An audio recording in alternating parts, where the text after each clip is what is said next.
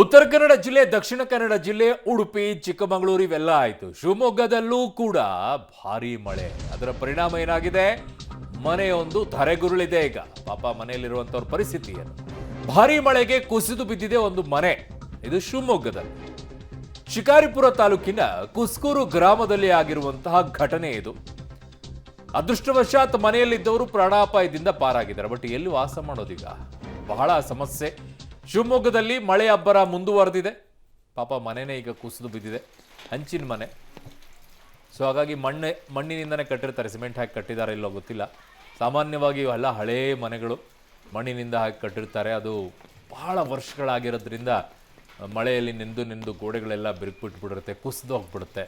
ಆಮೇಲೆ ಭಾಳ ಹೆಚ್ಚಿನ ಮಳೆ ಆದಾಗಲೂ ಕೂಡ ಮನೆಯ ಪಾಯ ಹೇಗೆ ಹಾಕಿರ್ತಾರೆ ಅನ್ನುವಂಥದ್ದು ಕೂಡ ಮಹತ್ವ ಪಡ್ಕೊಳ್ಳುತ್ತೆ. ಇಲ್ಲ ಅದು ಸಮಸ್ಯೆ ಆಗಿರ್ಬೋದೇನೋ. ಸೊ ಇಲ್ಲೆಲ್ಲೂ ಕೂಡ ಕುಸಿದು ಬಿದ್ದಿದೆ ಈಗ ಮನೆ. ಪಾಪ ಈಗ ಮನೆಯವ್ರ ಪರಿಸ್ಥಿತಿ ಹೇಗಾಗಿರ್ಬೇಕು? ಅಟ್ಲೀಸ್ಟು ಜಿಲ್ಲಾಡಳಿತ ಈಗ ಇವಕ್ಕೆಲ್ಲ ಬೇಗ ಸ್ಪಂದಿಸುವಂಥ ಕೆಲಸವನ್ನು ಮಾಡಿದ್ರೆ ಒಂದಿಷ್ಟು ಅನುಕೂಲ ಆಗುತ್ತೆ ಆ ಕುಟುಂಬಸ್ಥರಿಗೆ. ಇಲ್ಲ ಭಾಳ ಕಷ್ಟ ಆಗುತ್ತೆ. ಆಮೇಲೆ ಕೆಲವರು ಹೆಂಗಿರ್ತಾರೆ ಅಂತಂದರೆ, ಇದೇ ಸಂದರ್ಭದಲ್ಲಿ ಸ್ವಲ್ಪ ಬಿದ್ದಿರುತ್ತೆ, ಬೀಳಿ ಬಿಡು ಒಂದಿಷ್ಟು ಪರಿಹಾರ ಸಿಗುತ್ತೆ ಅನ್ನುವಂಥವ್ರು ಇರ್ತಾರೆ. ಅದು ಸ್ವಲ್ಪ ಪ್ರಮಾಣದಲ್ಲಿ ಇದ್ದೇ ಇರ್ತಾರೆ, ಅಂಥವ್ರು ಇರ್ತಾರೆ. ಬಟ್ ನಿಜವಾಗಿಯೂ ಸಮಸ್ಯೆಯನ್ನು ಎದುರಿಸುವಂಥವ್ರಿಗೆ ಸಹಾಯದ ಅಗತ್ಯತೆ ಜಿಲ್ಲಾಡಳಿತದಿಂದ ಇರುತ್ತೆ, ತಾಲೂಕು ಕಚೇರಿಗಳಿಂದಲೂ ಕೂಡ ಇರುತ್ತೆ. ಅದರ ಸ್ವಲ್ಪ ಗಮನ ಹರಿಸೋದು ಒಳ್ಳೆಯದು ಅಂತ ಕಾಣಿಸುತ್ತೆ. ಇಲ್ಲದಿದ್ದರೆ ಆ ಕುಟುಂಬಗಳು ಬಹಳ ಪರದಾಡ್ತಾವ್ರಿ, ನಿನ್ಸೋಕೆ ಆಗೋದಿಲ್ಲ.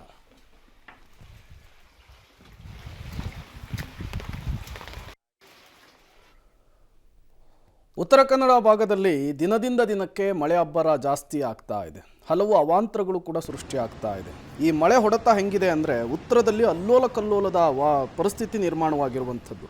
ಉತ್ತರ ಕನ್ನಡ ಜಿಲ್ಲೆಯಲ್ಲಿ ಸುರಿತಾ ಇರುವಂತಹ ಭಾರೀ ಮಳೆಯ ಪರಿಣಾಮ ಅಪಾಯದ ಮಟ್ಟವನ್ನು ಮೀರಿ ಹರಿತಾ ಇದೆ. ಯಲ್ಲಾಪುರದ ಮಾಗೋಡು ಫಾಲ್ಸ್ ಅಬ್ಬರಿಸಿ ಬೊಬ್ಬಿರಿತಾ ಇದೆ. ಮಾಗೋಡು ಫಾಲ್ಸ್, ಅದರ ದೃಶ್ಯಾವಳಿಗಳನ್ನು ನೀವು ಸ್ಕ್ರೀನ್ ಮೇಲೆ ಗಮನಿಸ್ತಾ ಇದ್ದೀರಿ.